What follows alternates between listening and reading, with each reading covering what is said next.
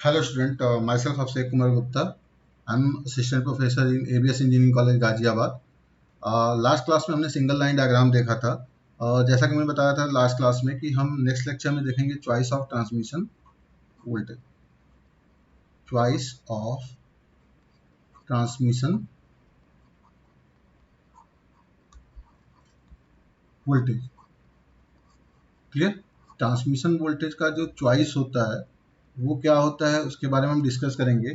तो हमारा जो एडवांटेज, अगर हम ट्रांसमिशन वोल्टेज की बात करें तो हम जनरली हाई वोल्टेज चूज करते हैं, हाई वोल्टेज लेते हैं. हाई वोल्टेज लेने के पीछे जो एडवांटेजेज हैं, यानी जो हम सेलेक्ट करते हैं, मतलब हम अपने ट्रांसमिट जो पावर को ट्रांसमिट करते हैं वो एट हाई वोल्टेज करते हैं. क्लियर? यानी transmit the power at high voltage. Clear? क्या एडवांटेजेस है इसके पीछे वो देखते हैं हम जरा. क्यों हम हाई वोल्टेज पे ही इसको ट्रांसमिट करते हैं, तो उसके पीछे भी एडवांटेजेस हैं. क्या एडवांटेजेस है?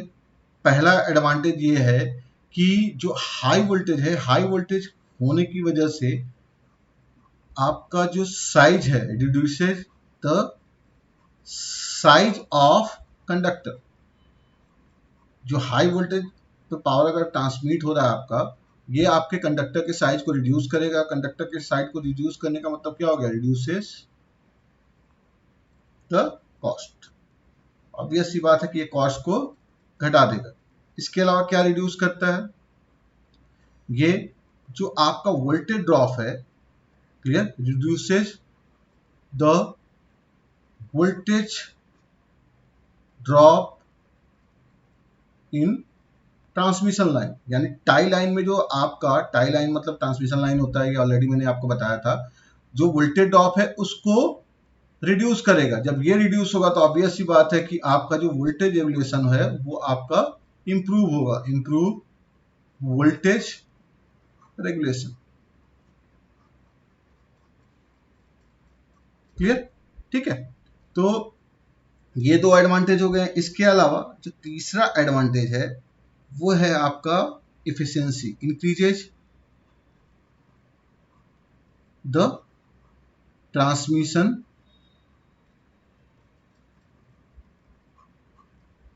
Efficiency.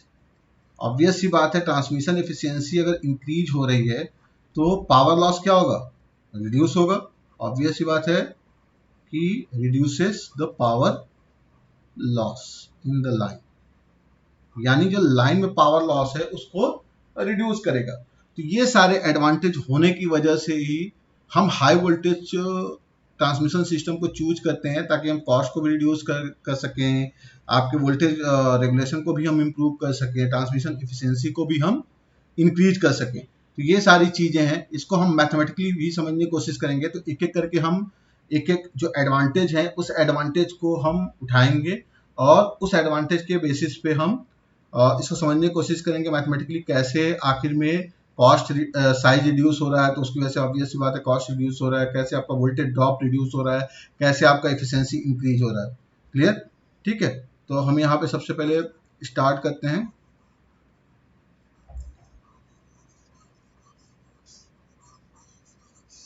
Reduces the size of the conductor. Clear? ठीक है. तो चॉइस ऑफ ट्रांसमिशन वोल्टेज में जो हम पहला एडवांटेज लेके चल रहे हैं, रिड्यूसेस साइज ऑफ कंडक्टर का मतलब ये होता है reduces the volume of conductor. Obvious सी बात है, अगर हम साइज की बात करेंगे तो वॉल्यूम ऑफ कंडक्टर अगर आपका रिड्यूस हो रहा है तो ऑब्वियस सी बात है कि साइज रिड्यूस होगा ही होगा. इसके मैथमेटिकल एनालिसिस को समझने से पहले हम दो चार चीजें क्लियर कर लेते हैं यहाँ पे कि हमें क्या क्या चीजें सेम लेके चलनी है. ठीक है. पहला चीज हम कांस्टेंट लेके चलेंगे, ट्रांसमिटेड पावर. जो आपका ट्रांसमिटेड पावर है वो सेम है, वो कांस्टेंट है, जिसकी वैल्यू पी के बराबर है. हम इसको कांस्टेंट मान के चल रहे हैं, ये चेंज नहीं हो रहा है. दूसरी चीज आपकी पावर लॉस. क्लियर। अभी हम पावर लॉस इसको निकालेंगे, देखेंगे कैसे पावर लॉस किस पे डिपेंड कर रहा है, क्या चीज़ है। ठीक है, तो पावर लॉस को भी हम यहाँ पे अभी यहाँ पे एज्यूम करके चलेंगे कि पीएल हमारा फिक्स है, वो वेरिएबल नहीं है। यानी यहाँ पे हम पावर लॉस को कांस्टेंट एज्यूम करके चलेंगे। क्लियर। ठीक है। थर्ड वन, ऑब्वियस सी बात है कि अगर आपने लाइन बिछाई है तो लेंथ ऑफ द लाइन तो फिक्स ही रहेगा। लेंथ ऑफ लाइन, इतने किलोमीटर के लेंथ में अगर आपको लाइन को बिछाना है एंड ट्रांसमिशन लाइन को डालना है तो लेंथ ऑफ लाइन तो फिक्स ही रहेगा। ये चीज़ क्लियर है आपको। ठीक है, तो इन सब चीज़ों को हम दिमाग में रखते हुए अपने मैथमेटिकल एनालिसिस को शुरू करने जा रहे हैं। क्लियर। तो सबसे पहले चीज़ यहाँ पे आपका क्या है, पावर ट्रांसमिटेड। और हाँ, एक चीज़ और बताना है मुझे कि थ्री फेज बैलेंस सिस्टम होता है, ये तो क्लियर है आपको। तो हम जो एनालिसिस करेंगे, चूंकि थ्री फेज बैलेंस सिस्टम होता है, तो अगर हम जो एनालिसिस करेंगे वो पर फेज एनालिसिस ही कर रहे हैं। यानी हम यहाँ पे जो भी एनालिसिस करने वाले हैं वो पर फेज एनालिसिस ही होने वाली है, पर फेज एनालिसिस ही करने वाले हैं हम लोग। जब पर फेज एनालिसिस करेंगे तो ऑब्वियस सी बात है कि अगर हमें ट्रांसमिटेड पावर पर फेज पी मिल रहा है तो टोटल पावर क्या हो जाएगा, पी प्लस तीनों फेज की वजह से P plus P plus P, यानी 3p के बराबर।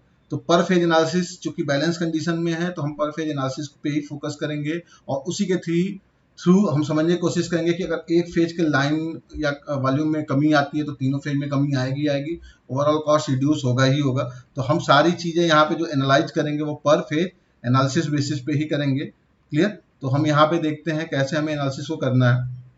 ठीक है, तो यहाँ पे सबसे पहले क्या है कि पावर ट्रांसमिटेड जो है वो कितना है हमारा P, और P की वैल्यू क्या हो जाएगी, अगर हमें पता है कि वोल्टेज V है, करंट हमारा I है, पावर फैक्टर phi है, यानी V यहाँ पे क्या है, वोल्टेज ऑफ द लाइन। और हाँ, चूंकि पर फेज एनालिसिस है ये, तो ये पर फेज वैल्यू है सारी की सारी। मैंने पहले ही बोल दिया है कि हम जो एनालिसिस करेंगे वो पर फेज करेंगे, तो सब कुछ ये पर फेज वैल्यू ही है। I the current in the conductor या current through the conductor and cos phi is the power factor। Clear. ठीक है, तो ये चीजें हमारे दिमाग में रहनी चाहिए। तो यहाँ पे P की वैल्यू क्या है, वी आई कॉस फाई के बराबर। क्लियर, इक्वेशन नंबर 1 ले लिया हमने। ठीक है, अगर हम पावर लॉस की बात करें तो PL इक्वल टू क्या हो जाएगा, अगर करंट I है तो I स्क्वायर, रेजिस्टेंस की वैल्यू अगर R है तो I स्क्वायर इंटू R के बराबर। अगर हम R की बात करें तो R क्या होता है, अगर हमें किसी भी मटेरियल की रेसिस्टिविटी या लेंथ पता है, उसका क्रॉस सेक्शन एरिया पता है, तो रो इंटू एल बाई ए के बराबर होता है रेजिस्टेंस की वैल्यू। यानी PL की वैल्यू हम यहाँ से निकालें तो PL इक्वल टू क्या आ जाएगा, I square rho L by A. Clear. I की वैल्यू फ्रॉम इक्वेशन 1 अगर हम चूज करें, फ्रॉम इक्वेशन 1, इक्वेशन 1 से अगर हम I निकालें तो I की वैल्यू हमारी क्या मिलेगी, P upon V cos phi के बराबर।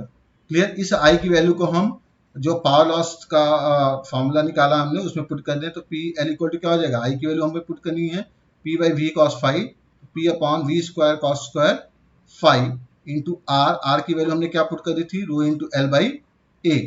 क्लियर। तो अगर हम यहाँ से देखें तो A इक्वल टू क्या आ जाएगा, P square rho L upon P L into V square cos square phi के बराबर। क्लियर। ये हमारी वैल्यू आ रही है एरिया, यानी एरिया हमारा क्या आ गया, P square rho L P L V square cos square phi के बराबर। क्लियर। जब हमें एरिया ये मिल गया, ठीक है, हमें क्या निकालना है, वॉल्यूम। वॉल्यूम क्या होता है, अगर हम वॉल्यूम की बात करें तो वॉल्यूम क्या होता है, वॉल्यूम इक्वल टू होता है cross sectional area into length of the line. Clear.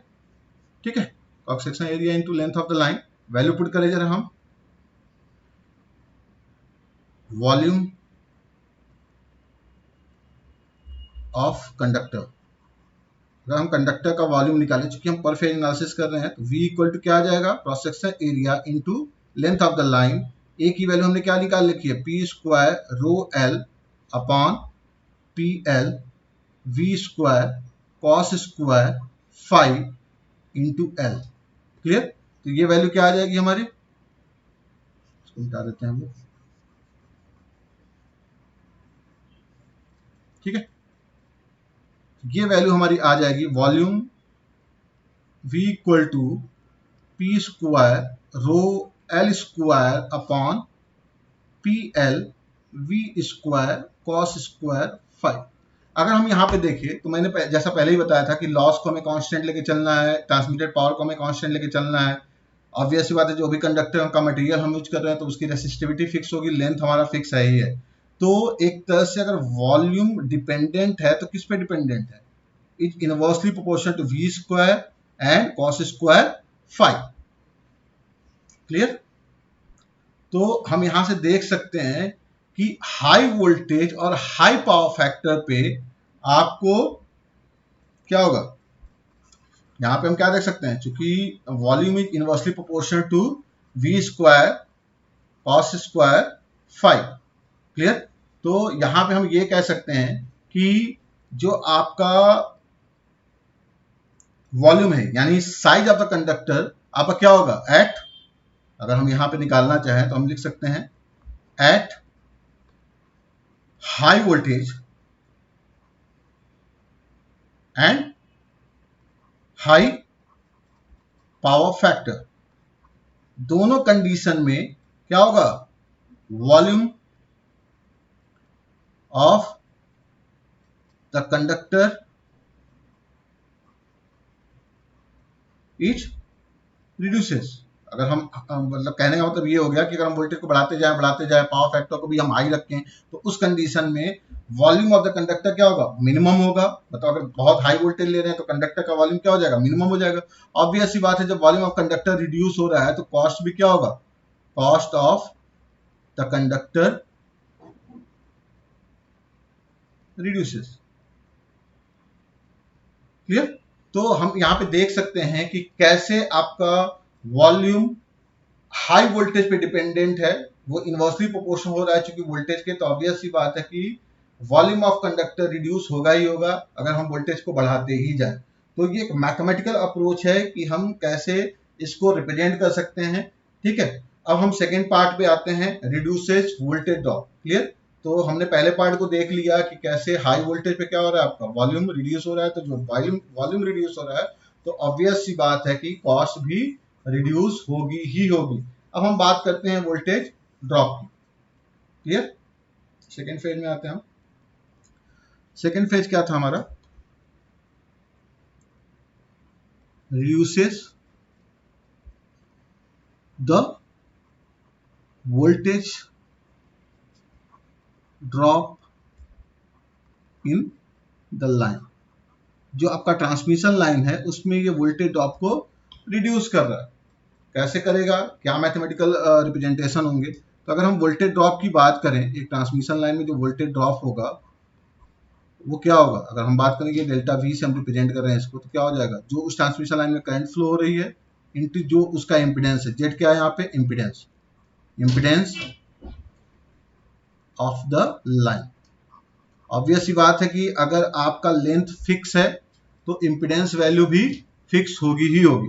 हमने अभी आई की वैल्यू निकाली थी पहले इक्वेशन में, तो आई की वैल्यू हमारी क्या आई थी? P upon V cos five.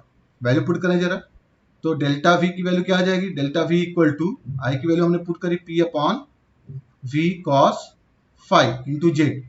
चूंकि जेड भी कांस्टेंट है, पी भी कांस्टेंट है, केवल वेरिएबल क्या है? पावर फैक्टर और वोल्टेज। यानी अगर हम बात करें यहाँ पे तो डेल्टा वी क्या हो रहा है? Inversely proportional to V cos phi हो रहा है। सेम लॉजिक यहाँ भी है, वहां स्क्वायर हो रहा था, यहाँ पे क्या है? सिंपल वी का कॉस फाइव के इनवर्सली प्रोपोर्शनल है। यानी यहाँ पे भी हम क्या देख रहे हैं कि eight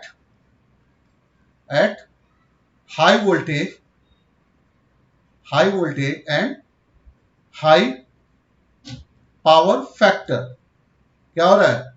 voltage drop in the line में जो वोल्टेज ड्रॉप हो रहा है वो क्या हो रहा है? रिड्यूस हो रहा है। क्लियर? जब ये रिड्यूस हो रहा है तो क्या हो रहा है? इसकी वजह से इंप्रूव वोल्टेज रेगुलेशन। आपका जो वोल्टेज रेगुलेशन, ऑब्वियस सी बात है कि ड्रॉप अगर रिड्यूस हो रहा है तो वोल्टेज रेगुलेशन इंप्रूव होना ही होना। क्लियर? तो मेरे ख्याल से आपको सेकेंड फेज भी समझ में आएगा कैसे आपका ये इंप्रूवमेंट हो रहा है। क्लियर? कि हाई वोल्टेज लेने पे हमारा जो वोल्टेज रेगुलेशन है वो इंप्रूव हो रहा है, हमारा जो वोल्टेज ड्रॉप है वो रिड्यूस हो रहा है। क्लियर? अब हम थर्ड पार्ट की तरफ बढ़ेंगे। थर्ड पार्ट क्या था हमारा? इंक्रीजिंग द ट्रांसमिशन इफिशियंसी, जो वो ट्रांसमिशन इफिशियंसी को बढ़ा रहा था। ये ठीक है। थर्ड पार्ट था हमारा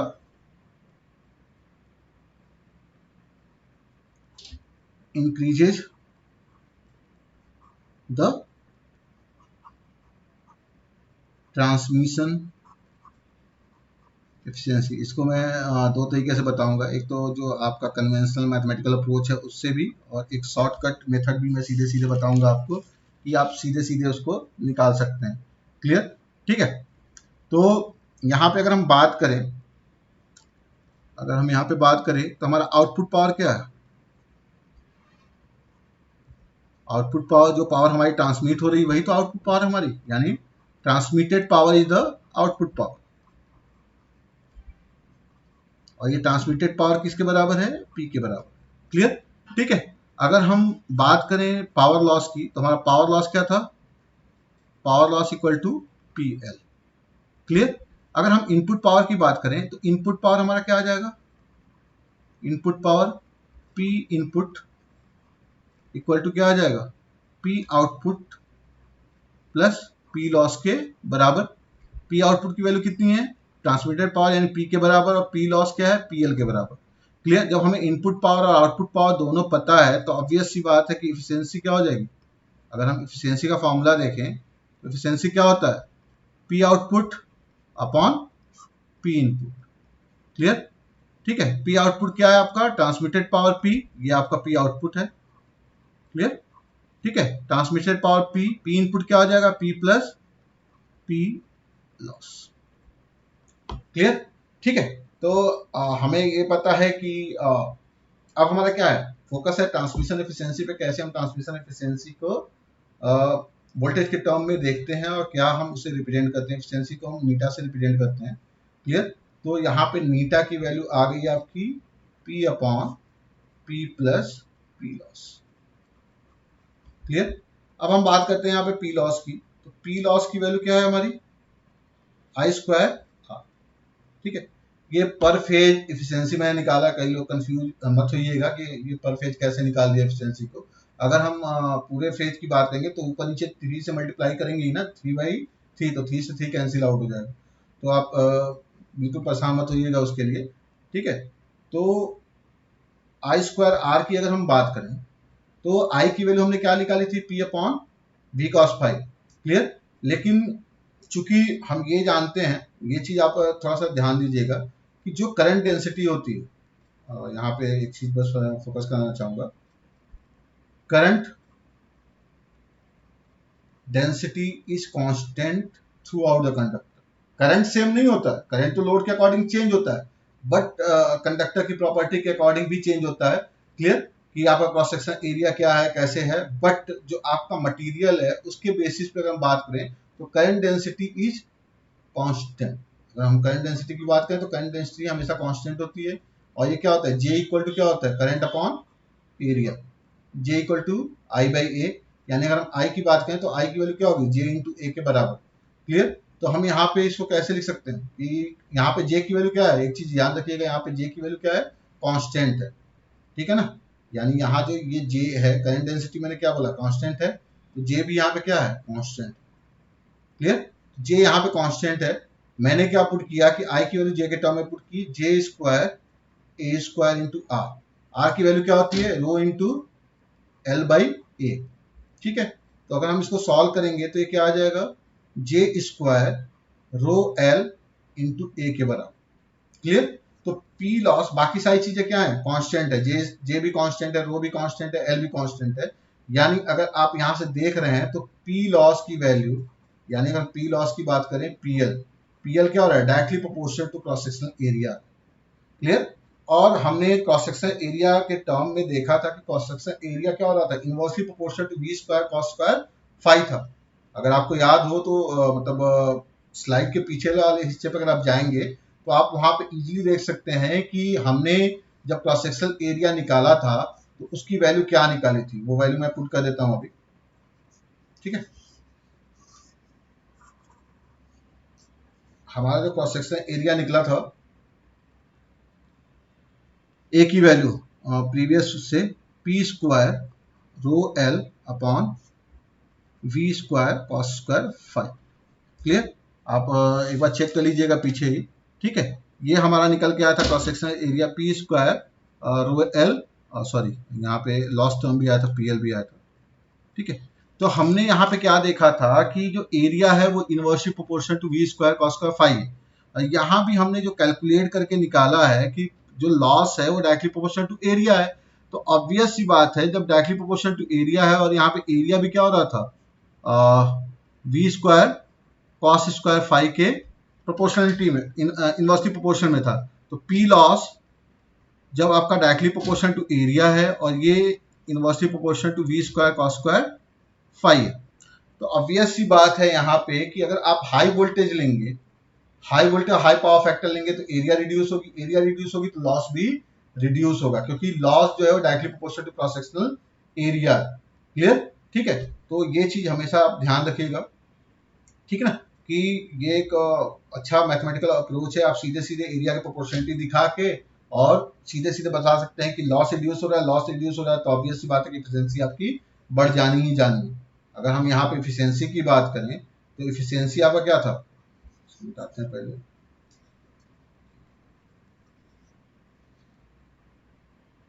अगर हम बात करें यहाँ पे एफिशिएंसी की, तो एफिशिएंसी हमारा क्या था, P upon P plus P L. Clear? P की वैल्यू तो फिक्स है, ये तो कांस्टेंट है, पीएल क्या है, वेरिएबल है। पीएल वेरिएबल है, तो ऑब्वियस सी बात है कि हाई वोल्टेज और हाई पावर फैक्टर पे पीएल की वैल्यू रिड्यूस हो रही है। पीएल क्या हो रहा है, कम हो रहा है। क्यों कम हो रहा है, कि एरिया कम हो रहा है, एरिया कम हो रहा है तो लॉस भी कम हो रहा है। लॉस कम हो रहा है तो ऑब्वियस सी बात है कि जब आपका डिनोमिनेटर रिड्यूस होगा तो जो आपका एफिशिएंसी है वो इंक्रीज होगी ही होगी, क्योंकि ये इनवर्सली प्रोपोर्शनल। और ये चीज तो अंडरस्टूड है ही कि जिस भी पर्टिकुलर सिस्टम में अगर लॉसेस कम हो रहे हैं तो उसकी एफिशिएंसी बढ़नी ही बढ़नी है। क्लियर? तो हम यहाँ पे सीधे सीधे कह सकते हैं कि at high voltage and high power factor, clear, क्या हो रहा है आपका, increases the efficiency of tie line. Clear? जो टाई लाइन की एफिशिएंसी हो सीधे सीधे बढ़ रही है। क्लियर?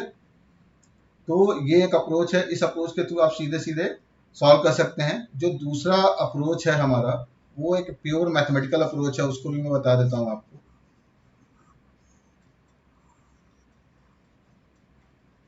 दूसरे अप्रोच में क्या हो जाएगा, एफिशिएंसी की वैल्यू क्या होगी, P upon P plus losses, P plus losses मतलब आई स्क्वायर आर। ठीक है, P upon P plus I की वैल्यू क्या निकाली थी हमने, P square upon B square cos square phi. Clear? क्योंकि पी इक्वल टू क्या होता है, वी आई कॉस फाइव, तो वहां से आई की वैल्यू क्या आ गई थी, P upon V cos five into R, R की वैल्यू क्या हो गई, rho into L by A. Clear? ठीक है, तो यहाँ पे अगर हम इसको सॉल्व करने की कोशिश करेंगे तो पी से पी कैंसिल आउट हो जाएगा, one upon one plus P rho L upon V square A cos square phi, ये चीज आ जानी। क्लियर? तो हम पर्टिकुलरली केवल और केवल इफिशियंसी पे फोकस कर रहे हैं, तो इफिशियंसी फोकस करने का मतलब ये आपने मटेरियल चूज कर लिया है, आपने कंडक्टर का साइज भी चूज कर लिया है, यानी ए फिक्स हो गया एक तरह से, सब कुछ फिक्स हो गया है। तो आप इस मैथमेटिकल एक्सप्रेशन में क्या देख रहे हैं कि V square cos square phi, अगर ये हाई वोल्टेज है, हाई वोल्टेज होने का मतलब क्या हो गया, इसकी वैल्यू बढ़ी, इसकी वैल्यू बढ़ने की मतलब कि ये वैल्यू क्या हो जाएगी, घटेगी। ये वैल्यू घटने का मतलब क्या हो गया, डिनोमिनेटर घटना, डिनोमिनेटर घटने का मतलब क्या हो गया, जो आपकी इफिशियंसी है वो इफिशियंसी की वैल्यू बढ़ जाएगी। ये भी एक अप्रोच है, लेकिन आप ये लॉस वाला जो अप्रोच है सीधे सीधे directly proportional to area represent करना, वो अप्रोच ज्यादा अच्छा है। उसमें आप इजीली हैंडल कर सकते हैं, चीजों को इजीली समझ सकते हैं। तो मेरे ख्याल से आपको क्लियर हुआ होगा कैसे हाई वोल्टेज पे आपकी ट्रांसमिशन एफिशिएंसी बढ़ रही है। क्लियर? ठीक है, तो ये सब चीजें तो है ही, मतलब ये एडवांटेज है हाई वोल्टेज चूज करने का। बट हाई वोल्टेज अगर जितना ही ज्यादा हम हाई वोल्टेज लेंगे किसी भी सिस्टम में, अगर हम हाई वोल्टेज ज्यादा लेते हैं तो कुछ डिसएडवांटेजेस भी हैं। क्लियर? ठीक है, तो ड्यू टू हाई वोल्टेज और इस हाई वोल्टेज को अगर हम बढ़ाते जाएं, ठीक है, due to high voltage of transmission line या टाई लाइन, वो सब चीजें तो हो ही रही है, रिडक्शन हो रहा है साइज में, रिडक्शन हो रहा है वोल्टेज ड्रॉप में, इंक्रीमेंट हो रहा है एफिशिएंसी में, लेकिन साथ ही साथ अगर आप हाई वोल्टेज लेंगे तो इंसुलेशन लेवल भी आपको क्या करना पड़ेगा, बढ़ाना पड़ेगा ना। तो ये क्या करेगा, increases cost of insulation, insulation के कॉस्ट को ये बढ़ाएगा। जब इंसुलेशन का कॉस्ट क्या हो रहा है, इसकी वजह से बढ़ रहा है। इसके अलावा जो आप ट्रांसफार्मर यूज करेंगे, ऑब्वियस सी बात है कि हाई वोल्टेज के अकॉर्डिंग आप ट्रांसफार्मर यूज करेंगे, तो वो उसके वजह से ये क्या करेगा, ट्रांसफार्मर का भी कॉस्ट को बढ़ाएगा, क्योंकि जितना ज़्यादा वोल्टेज लेवल आप बढ़ाएंगे ट्रांसफार्मर कॉस्ट तो बढ़ता ही जाएगा। क्लियर, ठीक है। इसके अलावा जो भी आप स्विच गियर इक्विपमेंट यूज करेंगे प्रोटेक्शन के लिए, वो भी क्या करेंगे, हाई कैपेसिटी का यूज करेंगे, तो वो भी क्या होगा, increases cost off switch gear, यानी प्रोटेक्शन स्कीम का भी कॉस्ट क्या हो जाएगा, बढ़ जाएगा। इसके अलावा जो भी आप टर्मिनल इक्विपमेंट लगाएंगे, चाहे वो टावर हो, टावर इसलिए बोल रहा हूं मैं क्योंकि ग्राउंड से क्लियरेंस कितना होगा, क्या होगा, कैसे होगा, तो उसका भी कॉस्ट बढ़ता है, यानी increases cost of terminal equipment. जो भी टर्मिनल इक्विपमेंट चाहे वो कूलिंग के लिए आप यूज कर रहे हो, सबका कॉस्ट ये बढ़ा रहा है। क्लियर। तो हाई वोल्टेज लेने की वजह से ये ड्रॉबैक भी आ रहे हैं कि इनके कॉस्ट हमारे बढ़ रहे हैं। एडवांटेजेस क्या क्या थे, एडवांटेजेस, पहला एडवांटेज था reduces size of conductor. Clear, conductor का साइज रिड्यूस करना। दूसरा advantage reduces voltage drop, voltage drop को रिड्यूस करना। और तीसरा एडवांटेज था इंक्रीजेज एफिशिएंसी। क्लियर, ये सारी चीजें ठीक हैं, ये तो अच्छी बात है कि ये सब चीजें हमें मिल रही हैं, ठीक है, हाई वोल्टेज चूज करने पे। लेकिन जो आपके अदर इक्विपमेंट्स हैं उसके भी कॉस्ट क्या हो रहे हैं, बेवजह बढ़ रहे हैं। तो हम ये नहीं चाहेंगे कि हमारी इकोनॉमी भी बेवजह इम्बैलेंस हो जाए इन सब चीजों की वजह से। इसीलिए हमें क्या करना पड़ता है कि हमें ऐसा ताना बुना बनाना पड़ता है, ऐसा सिलेक्शन करना पड़ता है ताकि हम इकोनॉमिक चॉइस ऑफ वोल्टेज कर पाए इन दोनों चीजों को बैलेंस करके। ठीक है, हम क्या करते हैं, by balancing two situations, by balancing all the situation, सारे सिचुएशन को बैलेंस करते हुए हमें क्या करना पड़ेगा, हमें ऐसा चॉइस करना पड़ेगा वोल्टेज का जो कि क्या हो, economic choice of transmission voltage, economic choice of transmission voltage. Economic इसलिए बोल रहा हूं क्योंकि कॉस्ट पे कोई फर्क ज्यादा ना पड़े, ये ना हो कि कॉस्ट को घटाने के चक्कर में हम इफिशियंसी को भूल जाएं। इकोनॉमिक का मतलब ये नहीं होता केवल पैसा ही, हमें इफिशियंसी, हमें वोल्टेज ड्रॉप, ये सारी चीजों को भी दिमाग में रखना है। क्लियर, तो economic choice of transmission voltage हमें करना पड़ता है ताकि हम सारी चीजों को बैलेंस कर सकें। और ये जो economic choice of transmission voltage होता है, ये किस पे बेस्ड होता है, based on the level of power transmission. ये चीज जो बेस्ड होती है, based on the level of power transmission. जो आप पावर ट्रांसमिशन कर रहे हैं उसके लेवल पे ये सारी चीजें डिपेंड करती हैं। तो मेरे ख्याल से आपको क्लियर हुआ होगा कैसे हम चॉइस करते हैं ट्रांसमिशन वोल्टेज का। जो एडवांटेज है वो एडवांटेज तो है ही, लेकिन डिसएडवांटेजेस भी हैं कि क्या क्या चीजें हमारी किसके किसके कॉस्ट बढ़ते जाते हैं। क्लियर, अब हम देखेंगे कि क्लासिफिकेशन, यानी जो ट्रांसमिशन लाइन वोल्टेज है उसको एक पावर सिस्टम स्ट्रक्चर में कैसे क्लासिफाई किया गया है, कितने पार्ट में क्लासिफाई किया गया है, उस चीज को हम देखेंगे यहाँ पे। ठीक है, तो नेक्स्ट सेगमेंट है हमारा classification of transmission voltage based on their voltage level. Clear, ठीक है, तो नेक्स्ट टॉपिक है आपका classification of power line voltage level. Clear, voltage level के बेस पे क्या क्लासिफिकेशन है। ठीक है। अगर हम क्लासिफिकेशन की बात करें तो इसको दो कैटेगरी में हम कैटेगराइज कर सकते हैं। एक आपका ट्रांसमिशन लेवल,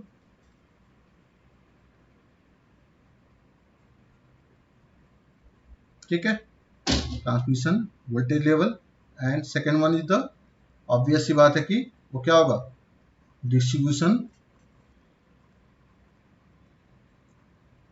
वोल्टेज लेवल होगा, ठीक है।